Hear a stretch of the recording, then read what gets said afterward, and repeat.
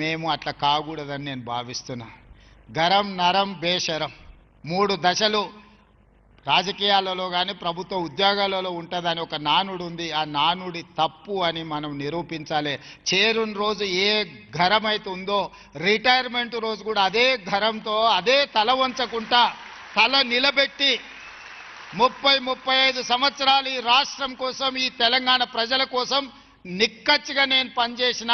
నా దగ్గరకు వచ్చే పేదవాడు ఏదైనా సాయం అడిగి చేస్తే ఆ పేదవాడి మొహంలో నా తల్లో నా తండ్రో కనిపిస్తుంది. నా తల్లిదండ్రులు నా ఎదురుగా నిలబడి నన్ను సహాయం అడిగితే ఏ మనసుతో నేను పని చేస్తానో అదే మనసుతో పేదవాడికి నేను సేవ అందిస్తా అని ఒక లక్ష్యాన్ని మీరు పెట్టుకోవాలి.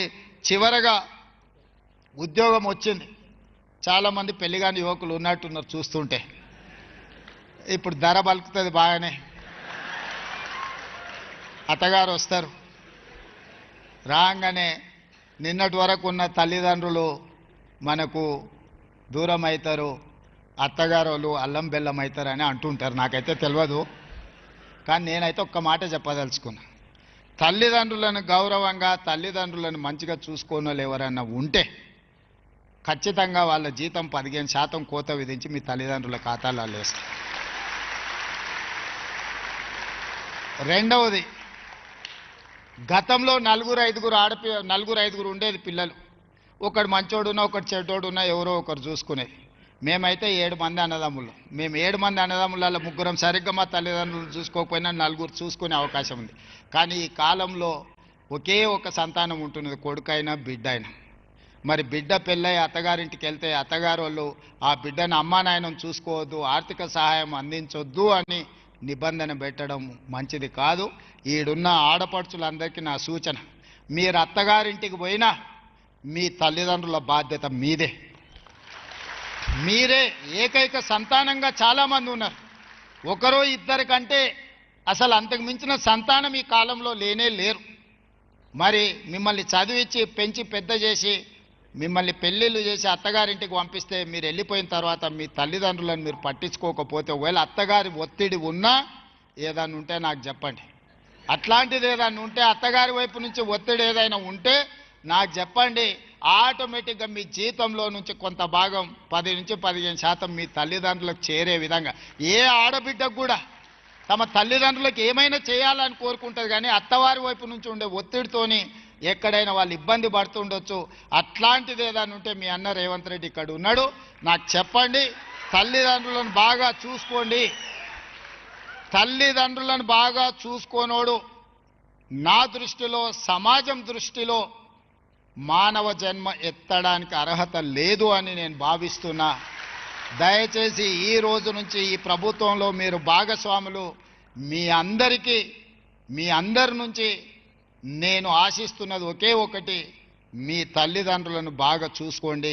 కన్న తల్లిదండ్రులను, పుట్టిన ఊరును బాగా చూసుకునేవాడు ఈ తెలంగాణ రాష్ట్రాన్ని బ్రహ్మాండంగా అభివృద్ధి చేస్తాడని నేను నమ్ముతున్నా.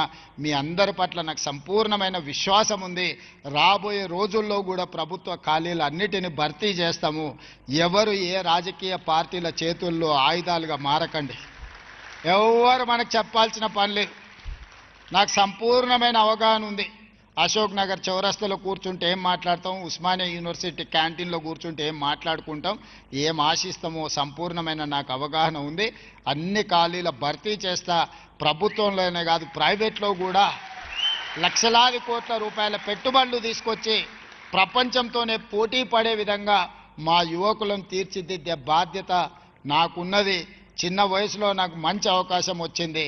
చాలా సంవత్సరాలు ఇట్లాగే మీతోనే ఉంటాను, కావలసిన పనులు చేస్తాను. మీ అందరికీ మరొక్కసారి ప్రభుత్వ ఉద్యోగం సాధించిన దాంతో పాటు సంక్రాంతి శుభాకాంక్షలు తెలియజేస్తూ మీ అందరి దగ్గర సెలవు తీసుకుంటున్నాను.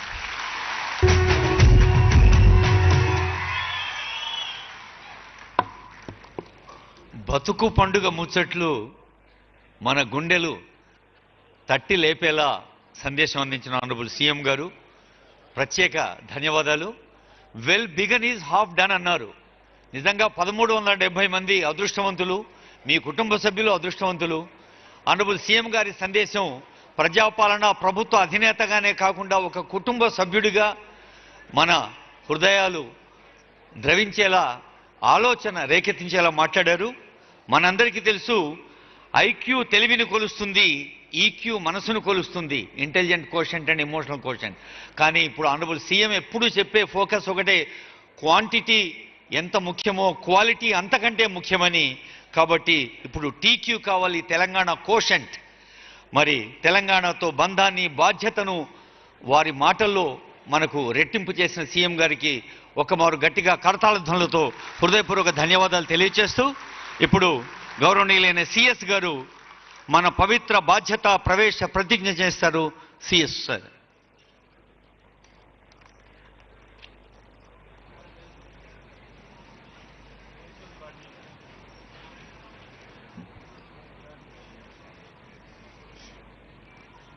అందరూ చేయి ముందు పెట్టవలసిందిగా కోరుతూ, తెలంగాణ పబ్లిక్ సర్వీస్ కమిషన్ ద్వారా గ్రూప్ 3కి ఎంపికై ప్రభుత్వ సేవలో అడుగు పెడుతున్న నేను నాకు అప్పగించిన బాధ్యతలను చట్టబద్ధంగా, నిష్పక్షపాతంగా, అవినీతి రహితంగా అందించడానికి ఎల్లవేళలా సిద్ధంగా ఉంటానని ఉన్నతాధికారుల మార్గదర్శనలో బృంద స్ఫూర్తితో ప్రభుత్వానికి, ప్రజలకు విశ్వాసపాత్రుడిగా, త్రికరణ శుద్ధిగా సేవలను అందిస్తానని, నియమానుసారం విధులు నిర్వహిస్తానని ప్రతిజ్ఞ చేస్తున్నాను. Congratulations. Thank you. Honourable CS గారికి ధన్యవాదాలతో ఇప్పుడు గౌరవనీయులైన ముఖ్యమంత్రి గారి చేతుల మీదుగా ఆశీస్సు, అభినందన, బాధ్యత స్వీకరణ. పొద్దుటూరి నాగతేజ, కరీంనగర్ జిల్లా. మన కన్యారం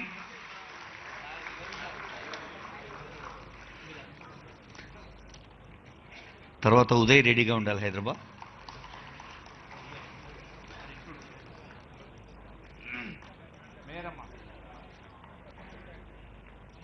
హైదరాబాద్ రాథోడ్ ఉదయ్.